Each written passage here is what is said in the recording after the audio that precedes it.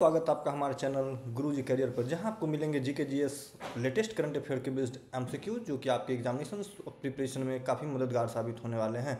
साथ ही साथ आपको मिलेंगे यहां जॉब नोटिफिकेशंस और करियर से रिलेटेड काफ़ी सारे वीडियो। तो आप हमारे चैनल को कर लीजिए सब्सक्राइब, दबा लीजिए बेल आइकन, जिससे कि लेटेस्ट वीडियो के नोटिफिकेशन आपको जल्द से जल्द मिल सकेंगे। और बिना समय गंवाए हुए शुरू करते हैं आज का प्रश्न। आज का पहला प्रश्न है, मेगस्थनीज किस यूनानी शासक का राजदूत था? मेगस्थनीज किस यूनानी शासक का राजदूत था? इस प्रश्न के ये हैं 4 विकल्प और इसका सही जवाब है विकल्प बी, सेल्यूकस। मेगस्थनीज सेल्यूकस का राजदूत था जो मौर्यकालीन चंद्रगुप्त मौर्य के दरबार में आया था। उसको इंडिका नामक ग्रंथ लिखा। इंडिका नामक ग्रंथ भी इसी ने लिखा था, सेल्यूकस ने। अगला प्रश्न है, इंडिका पुस्तक किस विदेशी यात्री ने लिखी थी? दोस्तों इसी का इससे पहले भी आपने देखा था इसी प्रश्न का। इंडिका पुस्तक किस विदेशी यात्री ने लिखी थी? आप नीचे कमेंट कर सकते हैं इसका सही जवाब इन 4 विकल्प में से। और इसका सही जवाब है विकल्प सी, मेगस्थनीज।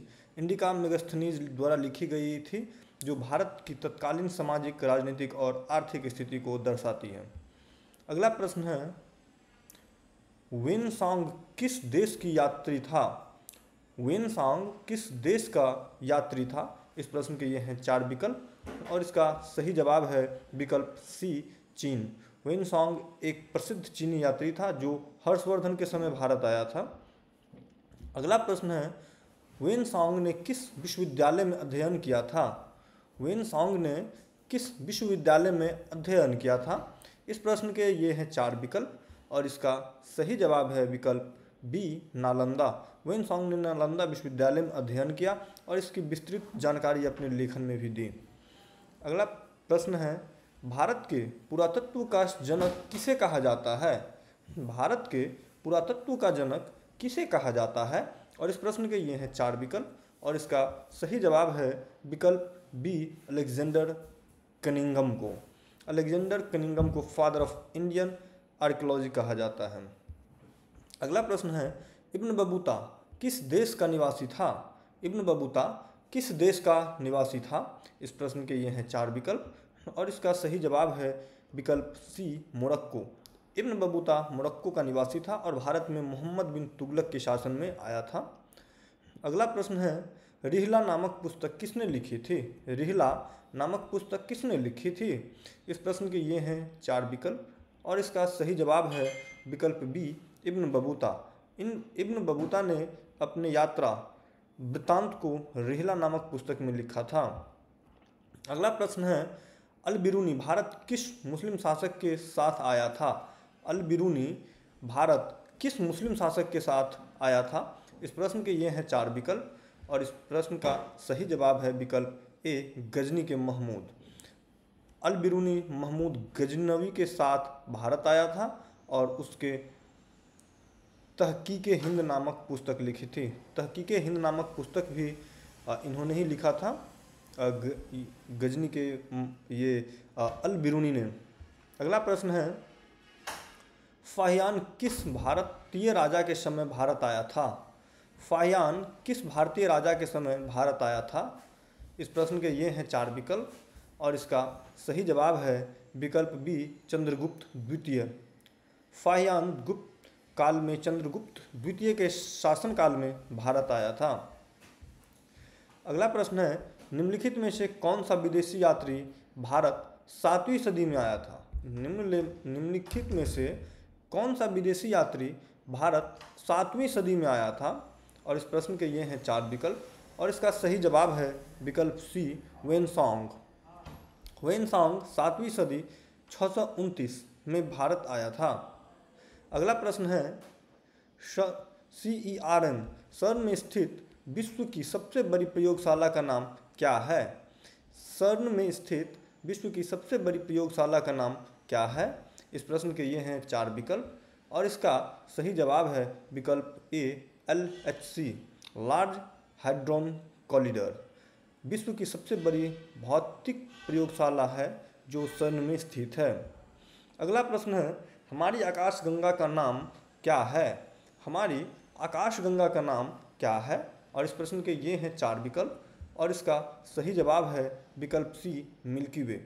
हमारी आकाशगंगा को अंग्रेजी में मिल्की वे और हिंदी में दुग्ध कहा जाता है।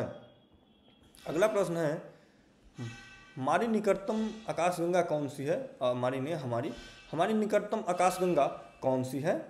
इस प्रश्न के ये हैं 4 विकल्प और इसका सही जवाब है विकल्प सी एंड्रोमेडा। एंड्रोमेडा हमारी आकाशगंगा के सबसे निकट स्थित आकाशगंगा है। अगला प्रश्न है, नेब्यूला किसे कहते हैं? नेब्यूला किसे कहते हैं? और इस प्रश्न के ये हैं 4 विकल्प और इसका सही जवाब है विकल्प सी तारा निर्माण की जगह। नेब्यूला वह स्थान होता है जहां गैस और धूल के बादलों से नए तारे बनते हैं। अगला प्रश्न है, किस वैज्ञानिक ने सबसे पहले आकाशगंगा को देखा था? किस वैज्ञानिक ने सबसे पहले आकाशगंगा को देखा था? इस प्रश्न के ये हैं 4 विकल्प और इसका सही जवाब है विकल्प ए गैलीलियो। गैलीलियो ने दूरबीन से आकाशगंगा को सबसे पहले देखा था। अगला प्रश्न है, प्रकाश का स्रोत कौन सा तारा है? प्रकाश का स्रोत कौन सा तारा है? इस प्रश्न के ये हैं 4 विकल्प और इसका सही जवाब है विकल्प सी सूर्य। सूर्य एक तारा है जो पृथ्वी पर प्रकाश और ऊर्जा प्रदान करती है। अगला प्रश्न है, सूर्य के किस भाग में से प्रकाश निकलता है? सूर्य के किस भाग से प्रकाश निकलता है? और इस प्रश्न के ये हैं 4 विकल्प और इसका सही जवाब है विकल्प सी फोटोस्फीयर। सूर्य के बाहरी भाग फोटोस्फीयर से प्रकाश उत्सर्जित होता है जिसे हम देख पाते हैं। अगला प्रश्न है, सूर्य की ऊपरी परत को क्या कहते हैं? और दोस्तों इसका जवाब भी आप पीछे के प्रश्न में भी देखे हैं। सूर्य की ऊपरी परत को क्या कहते हैं? और इस प्रश्न के ये हैं 4 विकल्प। अगर आपको पता है तो इसका कमेंट करके बताएं और इसका सही जवाब है विकल्प डी कोरोना। सूर्य की सबसे बाहरी परत को कोरोना कहते हैं जो सूर्य ग्रहण के समय दिखाई देता है। कोरोना सूर्य की ऊपरी परत होती है जो कि सबसे बाहर की तरफ है। अगला प्रश्न है, भूकेंद्रित सिद्धांत के अनुसार ब्रह्मांड का केंद्र क्या है? भूकेंद्रित सिद्धांत के अनुसार भारत में ब्रह्मांड का केंद्र क्या है? इस प्रश्न के ये हैं 4 विकल्प और इसका सही जवाब है विकल्प सी पृथ्वी। भूकेंद्रित सिद्धांत के अनुसार ब्रह्मांड का केंद्र पृथ्वी है। सूर्य केंद्रित सिद्धांत हेलियोसेंट्रिक थ्योरी किसने दिया था? सूर्य केंद्रित सिद्धांत किसने दिया था? इस प्रश्न के ये हैं 4 विकल्प और इसका सही जवाब है विकल्प सी कोपरनिकस। कोपरनिकस ने बताया कि पृथ्वी समेत सभी ग्रह सूर्य की परिक्रमा करते हैं। अगला प्रश्न है, भारतीय संविधान सभा की स्थापना कब की गई थी? भारतीय संविधान सभा की स्थापना कब की गई थी? और इस प्रश्न के ये हैं 4 विकल्प और इसका सही जवाब है विकल्प ए 1946 1946। भारतीय संविधान सभा की स्थापना 9 दिसंबर 1946 को की गई थी। अगला प्रश्न है, संविधान सभा के प्रथम अधिवेशन की अध्यक्षता किसने की थी? संविधान सभा के प्रथम अधिवेशन की अध्यक्षता किसने की थी? और इस प्रश्न के ये हैं 4 विकल्प और इसका सही जवाब है विकल्प सी सच्चिदानंद सिन्हा। संविधान सभा की पहली बैठक में सच्चिदानंद सिन्हा को अस्थायी अध्यक्ष नियुक्त किया गया था। अगला प्रश्न है, संविधान सभा में कुल कितने सदस्य थे? शुरुआती रूप में संविधान सभा में कुल कितने सदस्य थे? इस प्रश्न के ये हैं 4 विकल्प और इसका सही जवाब है विकल्प ए 389। प्रारंभ में संविधान सभा में कुल 389 सदस्य थे जिसमें ब्रिटिश भारत और देशी रियासतों के प्रतिनिधि शामिल थे। अगला प्रश्न है, संविधान सभा के अस्थायी अध्यक्ष कौन थे? संविधान सभा के अस्थायी अध्यक्ष कौन थे? इस प्रश्न के ये हैं 4 विकल्प और इसका सही जवाब है विकल्प बी राजेंद्र प्रसाद। डॉक्टर राजेंद्र प्रसाद को संविधान सभा का अस्थायी अध्यक्ष चुना गया था। अगला प्रश्न है, भारत के संविधान का निर्माण किस अधिनियम के तहत किया गया? भारत के संविधान का निर्माण किस अधिनियम के तहत किया गया? इस प्रश्न के ये हैं 4 विकल्प और इसका सही जवाब है विकल्प बी भारत सरकार अधिनियम 1935। संविधान सभा का गठन भारत सरकार अधिनियम 1935 के आधार पर किया गया था। अगला प्रश्न है, संविधान सभा का उद्देश्य क्या था? संविधान सभा का उद्देश्य क्या था? इस प्रश्न के ये हैं 4 विकल्प और इसका सही जवाब है विकल्प सी, संविधान निर्माण करना। संविधान सभा का प्रमुख उद्देश्य भारत के लिए एक संविधान का निर्माण करना था। अगला प्रश्न है, भारतीय संविधान कब लागू हुआ? भारतीय संविधान कब लागू हुआ? और इस प्रश्न के ये हैं 4 विकल्प और इसका सही जवाब है विकल्प सी, 26 जनवरी 1950। भारत का संविधान 26 जनवरी 1950 को पूरी तरह से लागू हुआ। इसी दिन भारत एक गणराज्य बना। अगला प्रश्न है, संविधान निर्माण में कुल कितने दिन लगते हैं? संविधान निर्माण में कुल कितने दिन लगे थे? इस प्रश्न के ये हैं 4 विकल्प और इसका सही जवाब है विकल्प सी, 2 साल 11 महीने 18 दिन। संविधान सभा ने संविधान निर्माण में कुल 2 वर्ष 11 महीने 18 दिन का समय लिया। अगला प्रश्न है, डॉक्टर भीमराव अंबेडकर को संविधान सभा में क्या पद प्राप्त था? डॉक्टर भीमराव अंबेडकर को संविधान सभा में क्या पद प्राप्त था? इस प्रश्न के ये हैं 4 विकल्प और इसका सही जवाब है विकल्प सी, प्रारूप समिति के अध्यक्ष। डॉक्टर अंबेडकर संविधान सभा की प्रारूप समिति के अध्यक्ष थे, जिनका संविधान निर्माण में महत्वपूर्ण योगदान रहा। अगला प्रश्न है, संविधान सभा ने संविधान को कब अंगीकृत किया था? संविधान सभा ने संविधान को कब अंगीकृत किया था?